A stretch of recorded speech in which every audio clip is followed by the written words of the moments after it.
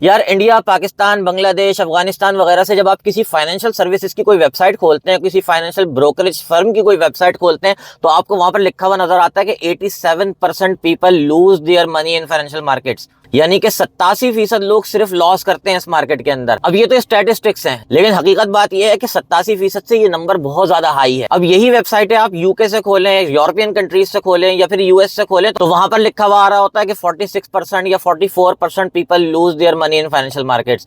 ये इतना बड़ा फर्क क्यों है कि भाई इंडिया, पाकिस्तान, बांग्लादेश, अफगानिस्तान के अंदर तो 87% लोग लॉस कर रहे हैं, लेकिन इन ममालिक के अंदर सिर्फ 46% लोग लॉस कर रहे हैं। बुनियादी वजह सिर्फ और सिर्फ फाइनेंशियल लिटरेसी की है। अब यहाँ पर सब चीजें मोबाइल के ऊपर अवेलेबल है, आप ट्रेड कर सकते हैं, गोल्ड के अंदर, क्रिप्टो के अंदर, फॉरेक्स के अंदर, स्टॉक्स के अंदर, हर चीज के अंदर आप ट्रेडिंग कर सकते हैं। ये सारी फैसिलिटीज अवेलेबल है, सिर्फ एक चीज अवेलेबल नहीं है और वो है बेसिक फाइनेंशियल सेंस। और उस सेंस को लेने के लिए कोई तैयार नहीं है। जाहिर सी बात है, जब आपको एक क्लिक के ऊपर सब कुछ करने की सहूलत मौजूद है, तो आपके जहन में यही आता है कि भाई ये भी टिकटॉक, व्हाट्सएप या इंस्टाग्राम जैसी कोई एप्लीकेशन है, इसके अंदर बस पैसे बनते हैं। लेकिन रियलिटी इससे बिल्कुल अलग है। लोग यहाँ पर सीखना नहीं चाह रहे बल्कि तजर्बे करना चाह रहे हैं, और तजर्बे करने के अंदर वो चाहते हैं कि भाई छक्का लग जाए किसी तरीके से, और इस छक्के लगाने के चक्कर के अंदर ये नो बॉल के ऊपर आउट होते चले जा रहे हैं और बार बार आउट होते चले जा रहे हैं। इवन ऐसे लोगों को मैंने देखा है जिनको 3-3 साल, 4-4 साल, 5-5 साल हो गए, वो आज तक किसी ना किसी टेलीग्राम के या डिस्कॉर्ड के सिग्नल्स के ऊपर रिलाय कर रहे हैं, खुद से सीखने के ऊपर फोकस ही नहीं कर रहे हैं। तो भाई सबसे पहले करने का काम यह है कि आप सीखने के ऊपर फोकस करें, कुछ टाइम सिर्फ और सिर्फ सीखें, क्योंकि अगर आप सीख के शुरू नहीं करेंगे बल्कि शुरू करने के बाद सीखने की कोशिश करेंगे तो ये आपको बहुत बहुत बहुत ज्यादा महंगा पड़ जाएगा।